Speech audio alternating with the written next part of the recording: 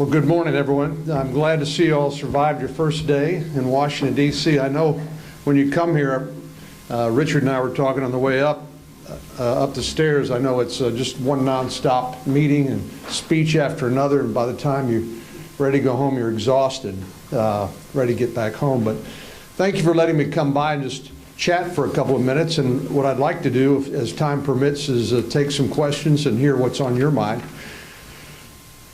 Well, you know, Washington, D.C. is a place where politics is the buzz 24 hours a day, 365 days a year. And of course, that's true as we speak.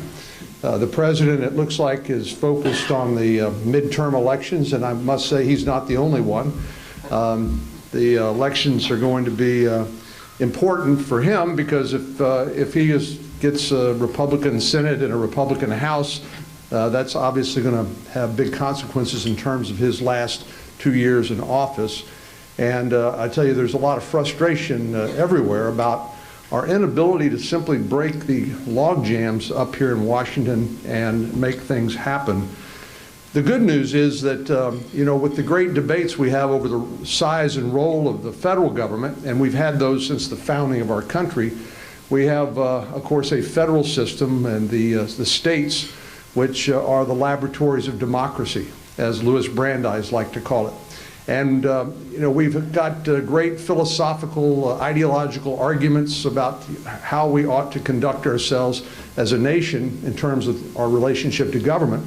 But we also have some great models of what works.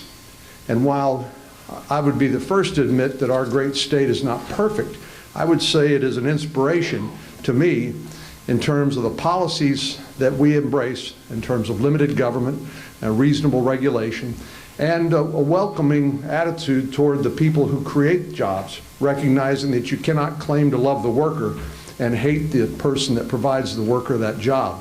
Those are just inconsistent. And of course, above all, when you start thinking about the positive things about our economy, I think about the energy sector. And of course, Texas, we've seen the boom from the Eagle Ford Shale, the Barnett, Haynesville, and it is really represents one of the brightest spots in our economy. Look at the top two states, or excuse me, cities in the country with the lowest unemployment: Bismarck, North Dakota, and Midland, Texas. And you begin to realize what those two have in common. And it is just, it's amazing. But I think more than anything else, it's just an attitude, a welcoming attitude, recognizing that people will move where opportunity presents itself.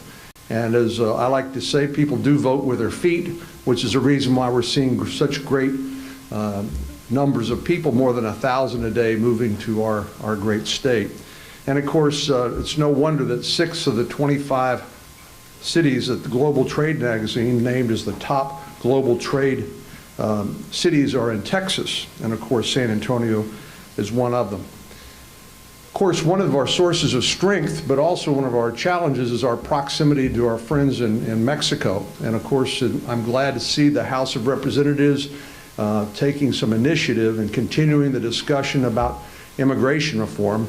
It seems to be one of those subjects that we never quite wrestle to the ground. But I think we actually are, in some small ways, making some progress.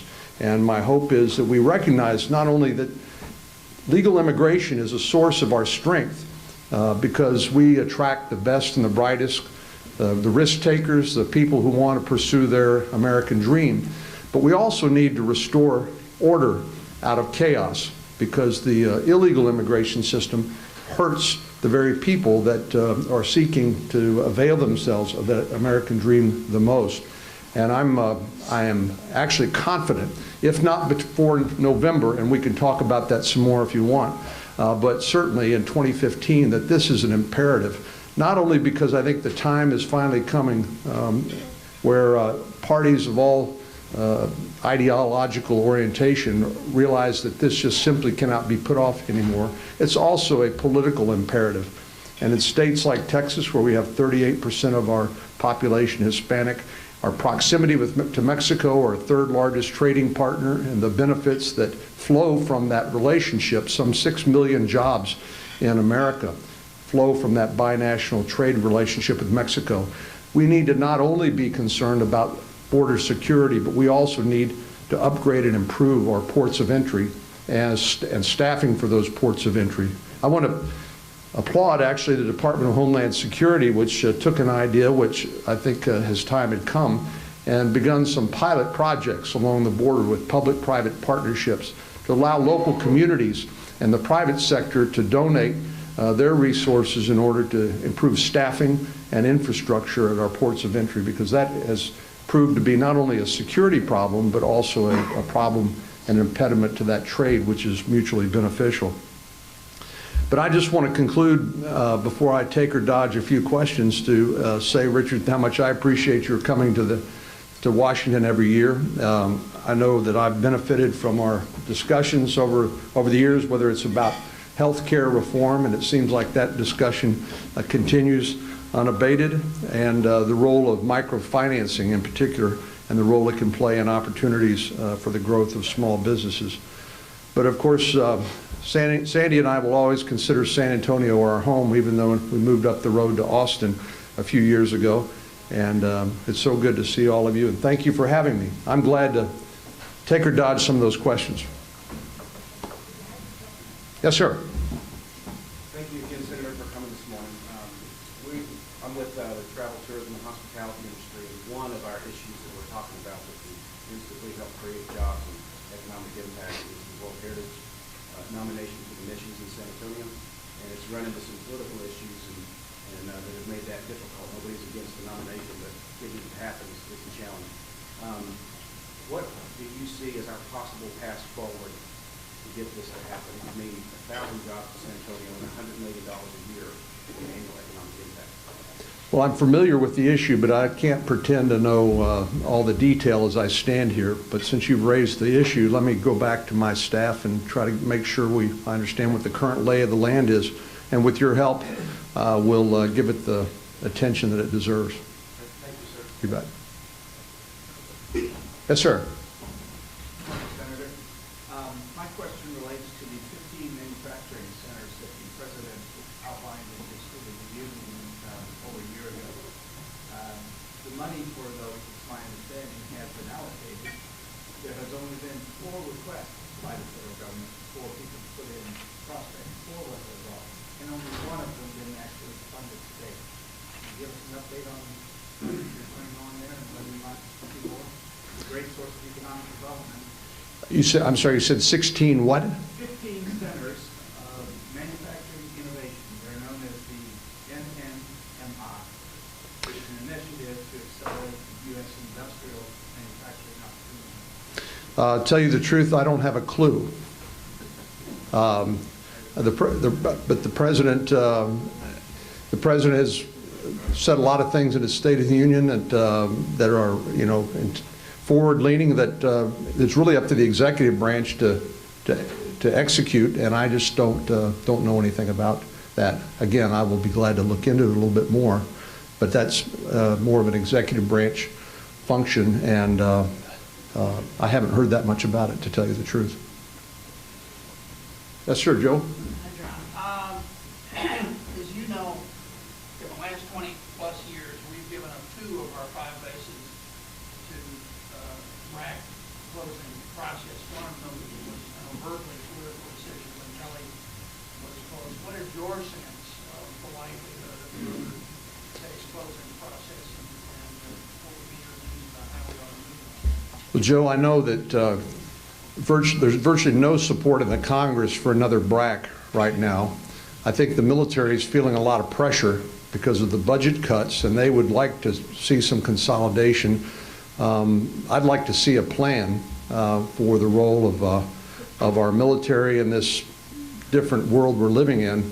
I'm reading Bob Gates' book, which is a good reminder again about the fact that we can't continue planning for the last war. We need to look forward to the new threats and come up with a comprehensive strategy that tells us what kind of basing we need. Of course, my family came to San Antonio because of the military. Lackland Air Force Base. My dad was in the Air Force for 31 years, so I'm well aware with the critical role that the military plays in San Antonio. But I'm hearing zero about a BRAC. Although at some point, I think it's likely to happen because there's with the need to streamline the resources we have and economize, recognize we've been at war for quite a while now, since 1991, I mean since 2001, excuse me, and the fact that our troops levels are drawing down, the Army and the Marine Corps is shrinking in size, primarily for budgetary reasons. I think we're going to see some consequences. But having said that, San Antonio with the Brooke Army Medical Center as a center of military health care, and at Fort Bliss with its critical role that it plays in the Army, I don't see any near-term shifts or changes. Yes, ma'am.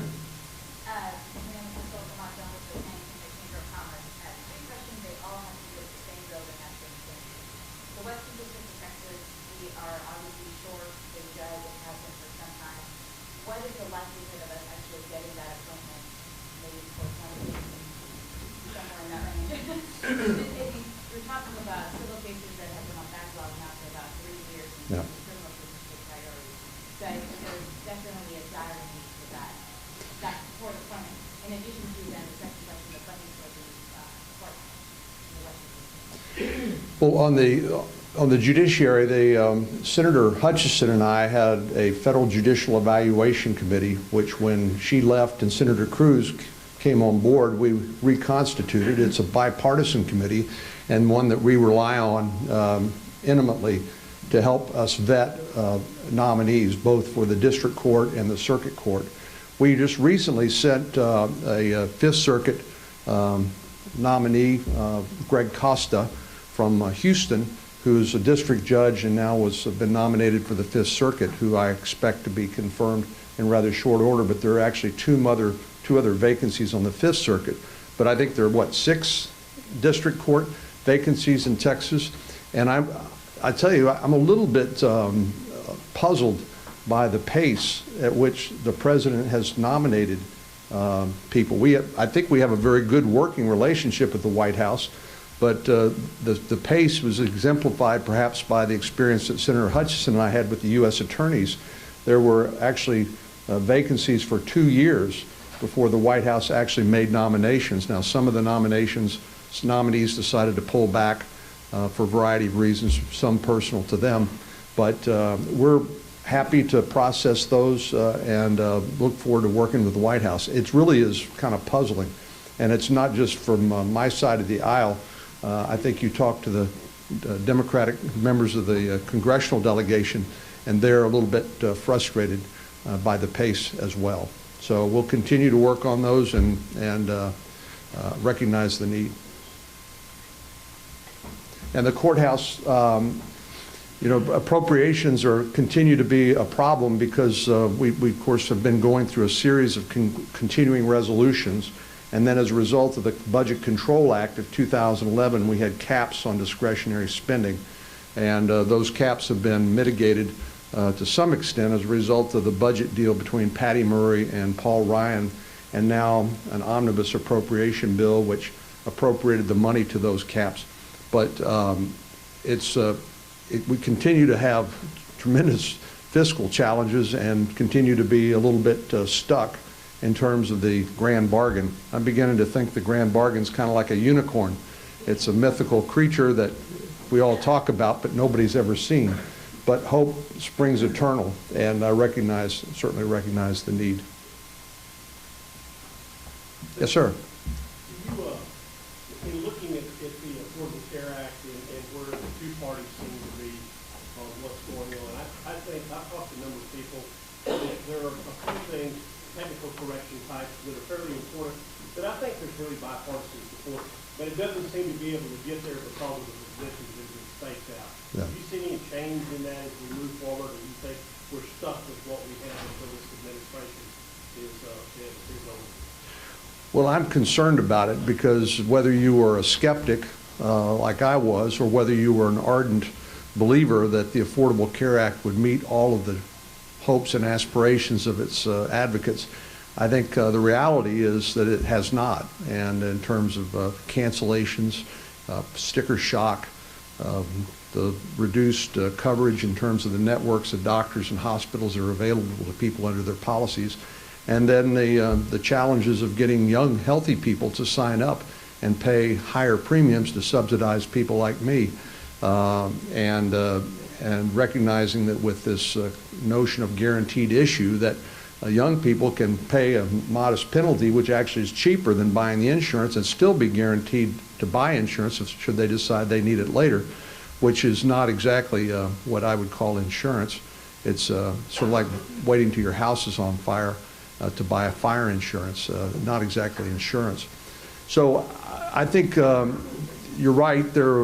My biggest concern at this point is whether, no matter where you were on that spectrum on the Affordable Care Act, that the reality is proving not to be is proving to be much different. And at some point, we've got to lay our political differences aside and try to mitigate the harm to people who are being hurt. And particularly that's true. I think we've seen some good, helpful movement at the state level when it comes to high-risk pools, particularly the people with pre-existing conditions that were going to be sort of dropped through the cracks and the like. But my hope is that we would take the opportunity to try to look at doing something different. And I realize the political challenges of that with divided government, and the President's obviously very invested in the success of the Affordable Care Act. But I expect that to be the subject of a lot of debate and some accountability in November in terms of the elections. And but you're right. The reality is that some things still need to be done. My hope is that we can do that. There's a little bit of reluctance, I would say, on the part of the leadership in the Senate to start moving pieces of legislation across the floor, because, as you know, you can't control things that get added to it that might be undesirable from their standpoint. So I think that's part of the reluctance at moving legislation. But at some point, it's going to have to happen. Yes, sir. San Antonio is working on being a destination for federal cyber jobs. How can you help us get there? For what kind of jobs? Cyber jobs. Fiber. Cyber, excuse me, I'm so sorry. Well, of course, with the Air Force, cyber, I can't remember what it's called, the Cyber Command there in San Antonio. Airport, okay. It seems like a logical location. I didn't come with any specific proposals here today, but clearly, it's a strength that we have that should give us a competitive edge, and I think that's something that ought to happen. And if there's a way that I can be helpful, I'm happy to be helpful. If you have any specific suggestions, please let me know. I'll be glad to work on it. Yes, sir. Senator, thank you for your service and your time spent up here. It's obviously not a real easy thing to do year in and year out. Before you leave, I was wondering if you could lend us your thoughts on the possibility of getting enough bipartisan support to move forward with a surface transportation reauthorization. Surface transportation reauthorization is obviously important to Texas. We're a growing state, and the biggest challenge we have is money, and the fact that the gas tax is inadequate to provide the funding, as well as this grand compromise that was made in, I guess it was 1787. It gives every state 2 votes in the Senate. And what that means is the little states gang up on the big states, and they get a disproportionate share, and we get 92 cents back on the dollar, I think it is right now. So I think that's going to continue to be a challenge, obviously, but we need to look at ways. I know there have been some discussions in the Texas legislature about indexing the gas tax to provide additional revenue, because it's not indexed at the federal level. We basically have seen a decrease in the amount of money we've been getting over the years due to inflation. The problem is if the gas tax is indexed at the federal level, then that same disproportionate share goes to other states and not to Texas. So it's something that could be handled at the state level, in terms of indexing that, but I realize the political challenges of doing that as well. I think, you know, trying to leverage public dollars, public-private partnerships are clearly important. Things like toll roads, I know how controversial they are in Texas, but once people ride on them and realize how convenient it is, and then they seem to relax a little bit. And I think looking for ways to use technology to try to make more efficient use of what we have is very important as well. But this is a perennial challenge for us because we are a big growing state and we have a greater need than a lot of other states do, but we're still subject to the same funding formulas which disadvantage our state. And during the time when we're continue to talk about our fiscal responsibilities, this is something we have not worked out. I'll just share with you one thing that I came across yesterday that kind of shocked me. I've been a sponsor of the Balanced Budget Act, actually a constitutional amendment. Back in 1995, we came within one vote in the United States Senate of passing a balanced budget amendment to the Constitution. And our national debt at that time was roughly $5 trillion. Today it's $17.3 trillion. And doesn't seem to have the currency or sense of urgency today that it had even back then. And I guess maybe we've been lulled into a sense of complacency because of low interest rates and the easy money policies of the Federal Reserve. But as we've already begun to see, as the Fed begins to reduce their purchases of our own debt, we're already starting to see some of those shock waves in markets here at home and abroad. And interest rates are going to get back up to their historical norms. Instead of 0, they're going to be up around 4–5%. And we just need to ask ourselves what that means in terms of our ability to fund everything from national security to transportation to the safety net programs that we all believe in. And I think it means we're going to end up paying more money in interest to our creditors than certainly I'm happy with, and crowding out these other important priorities. So I hope we'll get back to making that a priority again, but recognizing that we have a lot of very urgent needs, and even more than other states because of the nature of our growth. Well, thank you all very much for having me.